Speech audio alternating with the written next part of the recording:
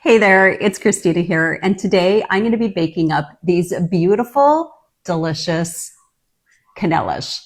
Now, canelas are Portuguese cinnamon buns, which makes total sense since canela is the Portuguese word for cinnamon. Anyway, I'm baking them up right now in my kitchen. I'm also sharing the recipe in the caption below, and I would love for you to join me in a bake-along. So let's get baking.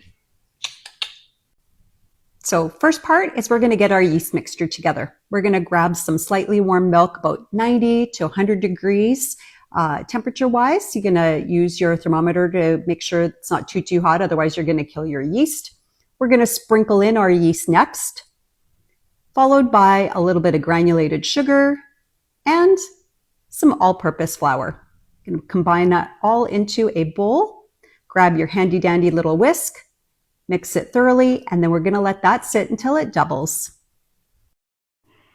Next, we're going to take our milk and butter. We're going to pop that in the microwave until your butter is just melted.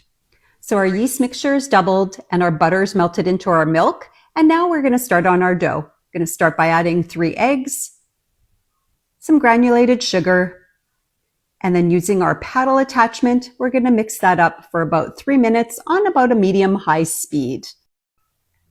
Next, we're going to be adding in our milk and butter mixture and our yeast, and then we're going to mix that up for another minute or so.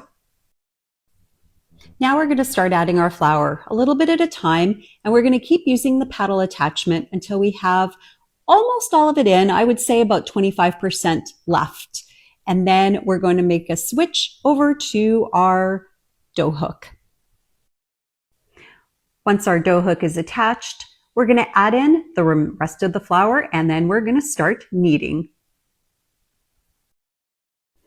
I'm using speed between about 3 or 4, and we're going to knead this for about 6 to 7 minutes until the dough comes clean off the sides of the bowl.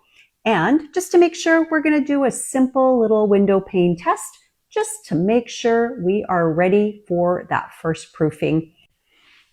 Now your dough's ready to proof. We're going to do a quick shape into a round ball, just like this, and then grab a container that you want to proof it in.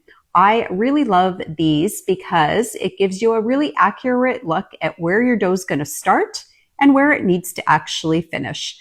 Now, this took about just over an hour to double, and you can see here, perfect. And now we're ready to shape. So we're going to measure out equal parts of the dough and roll them into little balls. So I'm using about 100 grams here. Next, we're going to roll those into about 8-inch logs, just like this. And then we're going to butter our hands, butter the log like so, and then we're going to roll it in that beautiful cinnamon sugar. Now you can also add other spices here. So think cardamom, think adding a little bit of ginger, whatever your heart desires, you can make this work. And then you can shape them into whatever shapes you'd like until all of the rolls are done. I'm going to place about 6 of them on the sheet, and then we're going to cover those up, let them rise for about 30 to 40 minutes before we bake them at 350 degrees for about 22 minutes. All right, freshly baked out of the oven.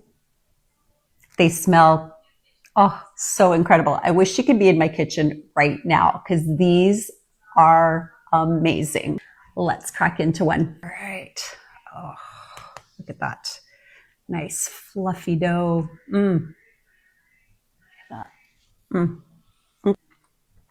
These are so good. I especially love the little caramelized bits because they give you a little extra crunch texture. I really cannot stop eating these. They're so good.